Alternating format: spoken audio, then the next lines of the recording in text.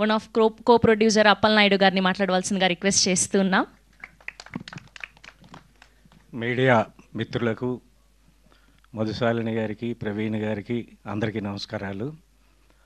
ఈ సినిమా నిర్మాణం నుంచి నేను దాదాపు ముగింపు వరకు చూశాను. నేను చెప్పదలుచుకున్న రెండు విషయాలు ఏంటంటే, ప్రవీణ్ గారు ఇందాల అన్నారు, పల్లెల్లో ప్రేమ, పల్లె యువతీ యువకులు ప్రేమించుకుంటే ఎలా ఉంటుంది అన్నది దాదాపుగా ఒక 40 ఏళ్ళ నుంచి ఏ సినిమాలో మనం చూడలేదు.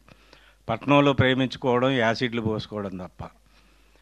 ఇది నేచురల్గా ఒక యువతీ యువకులు పల్లెల్లో చదువుకొని ఉపాధి వెతుక్కుంటూనే ఉపాధి మార్గంలోనే ప్రేమపడి చివరికి ఏమవుద్ది అన్నది ముఖ్యంగా ఒకటి, అది ఒక అంశం. రెండోది, తెలుగు సినిమాలో కళింగాంధ్ర వైపు శ్రీకాకుళం, విశాఖపట్నం, అరకు వరకు వచ్చారే తప్ప అది దాటి రాలేదు. చాలా అందమైన ప్రదేశాలు, ఆకుపచ్చని ప్రదేశాలు ఈ సినిమాలో చూస్తాం.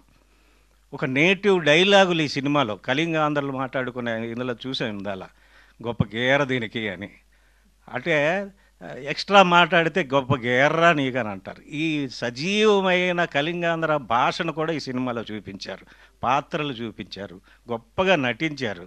ఇంకొక విషయం ఏమంటే, ఎండాకాలము, వర్షాకాలము, శీతాకాలం 3 కాలాలు కూడా ఈ నటులు ఈ సినిమాని తీసి చాలా కష్టపడ్డారు.